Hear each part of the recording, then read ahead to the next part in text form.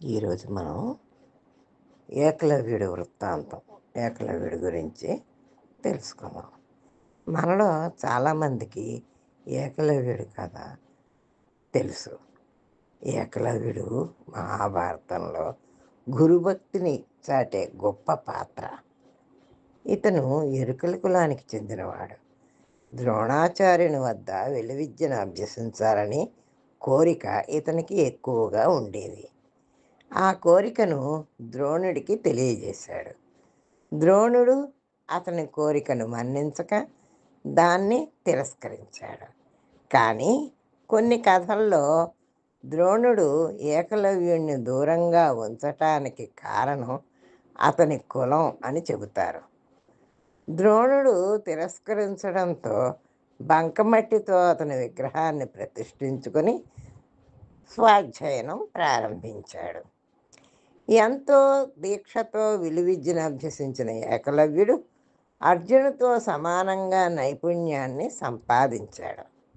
ఒకసారి విలువిద్య సాధనకు అర్జునుడు, ద్రోణుడు ఇతరులు కలిసి అడవికి వేట కుక్కల్ని తీసుకువెళ్ళారు. అందులోని ఒక కుక్క వేగంగా తెలియక ఏకలవ్యుడు ఉన్న ప్రదేశానికి వెళ్ళింది. కొత్త వేషధారణతో ఏకలవ్యుడు కనిపించేసరికి కుక్క గట్టిగా అరిచింది. కుక్క అరుపుకు చిరాకు కలిగిన ఏకలవ్యుడు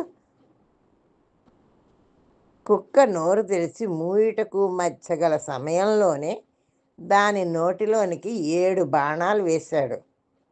తరువాత ఆ కుక్క అర్జునుడికి కనిపించింది. విషయం విచారించగా ఆ ప్రాంతంలో ఏకలవ్యుడు అనే అతను విలువిద్య నేర్చుకుంటున్నాడని తెలిసింది. ద్రోణాచార్యులు ఏకలవ్యుడిని చూడటానికి అతని వద్దకు వెళ్ళారు. ఏకలవ్యుడు తన గురువుగారికి ఘనంగా స్వాగతం పలికాడు.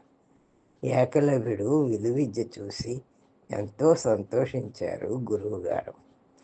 కానీ ఒక కుక్కను చూసి అది తనను చూసి అరిచిందని అనే చిన్న కారణానికి దాని నోట్లోకి 7 బాణాలు వేసి కోపాన్ని అదుపులో ఉంచుకోలేని, ధర్మం అధర్మం తేడా తెలియకుండా అధర్మం వైపు మొగ్గే అతని వద్ద ఇంతటి విలువిద్య ఉంటే లోకానికి ప్రజలకు ప్రమాదం ఏర్పడుతుందని ద్రోణుడు భావించాడు.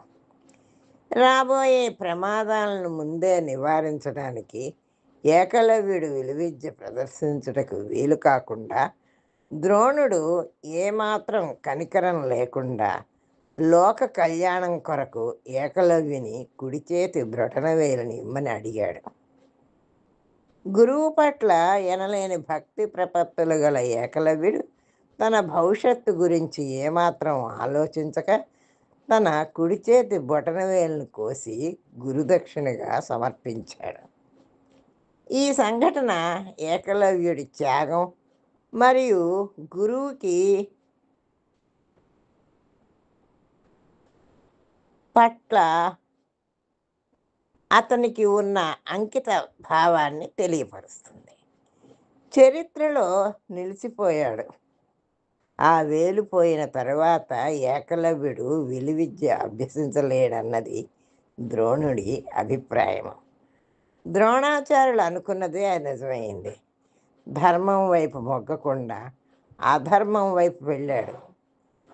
తరువాత ఏకలవ్యుడు జరాసంధునికి చాలా విశ్వాసపాత్రుడిగా వ్యవహరించాడు. రుక్మిణీ స్వయంవరం సమయంలో జరాసంధుని కోరిక మేరకు శిశుపాలుడికి మరియు రుక్మిణీదేవి తండ్రి అయిన భీష్మకుడికి మధ్యవర్తిగా వ్యవహరించాడు. భీష్మకుడు రుక్మిణీ శిశుపాలుడిని పెళ్లి చేసుకోవాలని కోరాడు. కానీ రుక్మిణి శ్రీకృష్ణుని పెళ్లి చేసుకుని వెళ్ళిపోయింది. తర్వాత ఒకసారి జరాసంధుని సైన్యంతో యుద్ధ సమయంలో శ్రీకృష్ణుడిపైకి ఏకలవ్యుడు ఒక రాయి విసరడంతో శ్రీకృష్ణుడే అతన్ని చంపివేశాడు. అలా మరణించిన ఏకలవ్యుడు పునర్జన్మలో దృష్టజుమ్నుడిగా పుట్టే వరాన్ని శ్రీకృష్ణుడు ఏకలవ్యుడికి ప్రసాదించాడనే కథ కూడా ప్రచారంలో ఉంది. కురుక్షేత్రంలో ద్రోణాచార్యుడిని హతమార్చాడని ఓ కథ ప్రచారంలో ఉంది. ఏకలవ్యుడి పాత్ర గురించి చెప్పిన అనేక కథలు ప్రచారంలో ఉన్నాయి. తన బొటనవేలుని కత్తిరించి గురుదక్షిణగా ద్రోణాచార్యుడికి సమర్పించడంలో ముగుస్తుంది ఇతని కథ. ఇది అందరికీ తెలిసిన సాధారణ కథ. నన్నయ్య రాసిన మహాభారతము ఆదిపర్వం పంచమాశ్వాసంలోని 231వ వచనం నుండి 245వ పద్యం దాకా ఏకలవ్యుడి కథ సాగింది. కానీ ఏకలవ్యుడి మరణం కృష్ణుని చేతిలో సంభవించింది అన్న వాస్తవంతో పాటు ఇంకా అనేక విషయాలు ఉన్నాయి. అసలు ఏకలవ్యుడు ఒక రాజు కొడుకు. ఏకలవ్యునికి శత్రుఘ్నుడు అనే మరో పేరు కూడా ఉంది. మహాభారత కాలంలో కొడుకు పుట్టినప్పుడు అతని జాతకం బాగా లేకపోతే, దుశ్శకునాలు కలిగితే అతన్ని కులభ్రష్టుడిగా భావించి అడవుల్లో వదిలిపెడతారు. దుర్యోధనుడు పుట్టినప్పుడు కూడా దుశ్శకునాలు కలిగాయి. అతనిని కూడా కులభ్రష్టునిగా భావించి అడవిలో వదిలివేయమని పెద్దలు చెప్పినట్లు నన్నయ్య భారతంలో ఉంది. అయితే లేక కలిగిన సంతానం కావడం చేత, పుత్రవాత్సల్యం చేత ధృతరాష్ట్రుడు ఆ పని చెయ్యలేకపోయాడు. శత్రుఘ్నుడిగా మరో పేరున్న ఏకలవ్యుడు అడవులలో బిల్లుల మధ్య పెరిగి నిషాద జాతుల్లో చేరాడు. ఇతని తండ్రి దేవశ్రవుడు, వసుదేవునికి 3వ తమ్ముడు. ఏకలవ్యుడు నిషాదుడు అంటుంది వ్యాసభారతం. ఇతను ఎరుకలవాడు అంటుంది కవిత్రయ భారతం. తండ్రి నిషాదరాజైన హిరణ్యధనుడు అని వ్యాసుడంటే, ఎరుకరాజైన హిరణ్యధనుడని నన్నయ్య చెప్తాడు. నిజానికి ఏకలవ్యుడు వేటగాళ్ల రాజు. నిషద వ్యత్రజ హిరణ్యధనుస్సు చేత పెంచబడ్డాడని అర్థమవుతుంది. ఏకలవ్యుడు వృత్తాంతంలో ఇలాంటివి చాలానే సందేహాలు ఉన్నాయి. ఈ సందేహాలన్నీ హరివంశంలో పరిష్కారమైనట్లు కొందరి అభిప్రాయం. ఏకలవ్యుడు, కృష్ణుడు పాండవుల రక్త సంబంధీకులు. యాదవరాజైన సూర్యుడికి స్వయాన మనవళ్ళు. ఇతడి భార్య మారిష. వీరికి 9 మంది కొడుకులు, 5 కూతుళ్ళు పుట్టారు. అందులో ఏకలవ్యుడి తల్లి అయిన శృతదేవ సూర్యుడికి 2వ కూతురు. 4వది కుంతి. అంటే వీరికి పుట్టిన ఏకలవ్యుడు పాండవులు అన్నదమ్ములన్నమాట. సూర్యుడి మొదటి కొడుకు వసుదేవుడు, 2వవాడు దేశశ్రవుడు. ఏకలవ్యుడు కృష్ణులది బావమరుదుల వరుస అన్నమాట. ఏకలవ్యుని పుట్టుపూర్వోత్తరాలు అనే వ్యాసంలో పాండవులకు ఏకలవ్యుకి మధ్య గల చుట్టరికాన్ని, ధర్మరాజు చేసిన రాజసూయ యాగంలో ఏకలవ్యుడు పాల్గొనడాన్ని పేర్కొని ధృవీకరించారు. ఏకలవ్యుడి తండ్రి హిరణ్యధన్వుడు, తల్లి శృతదేవ. హరివంశం గ్రంథం ప్రకారము ఏకలవ్యుడు పాండవులకు 2వ పెదతల్లి కొడుకు, కృష్ణుడి 2వ మేనత్త కొడుకు, అనగా పాండవుల వరుసకు సోదరుడు. ఏకలవ్యుని కృష్ణుడు వధించినట్లు మహాభారత కథనం.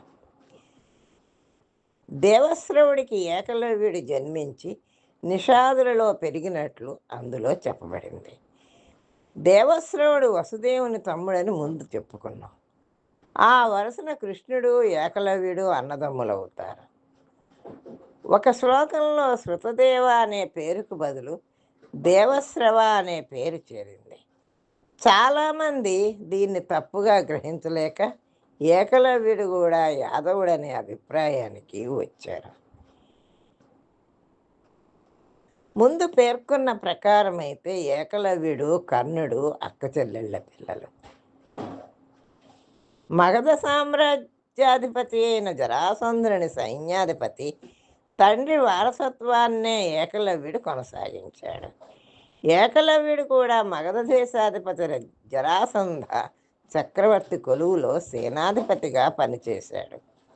ఏకలవ్యుడు బలరామునితో గదాయుద్ధం చేసి చివరిలో ఒక దీవిని చేరి తలదాచుకున్నట్లు హరివంశ కథనం.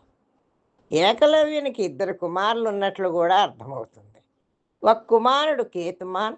ఇతను కురుక్షేత్ర యుద్ధంలో పాల్గొని భీముని చేతిలో మరణించాడు. మరొక కొడుకు ధర్మరాజు విడిచిన అశ్వమేధ యాగాశ్వాన్ని అనుసరిస్తూ వచ్చిన అర్జున్ని ఎదిరించి పరాజితుడై అర్జునుడిని సేవిస్తాడు.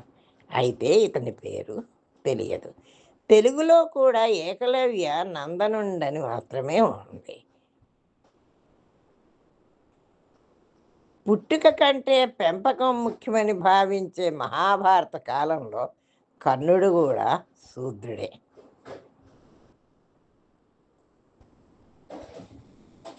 నేటి సమాజంలో దళితులు ఏకలవ్యుడిని దత్తత చేసుకున్నారు. ఇది చాలా వరకు న్యాయమే.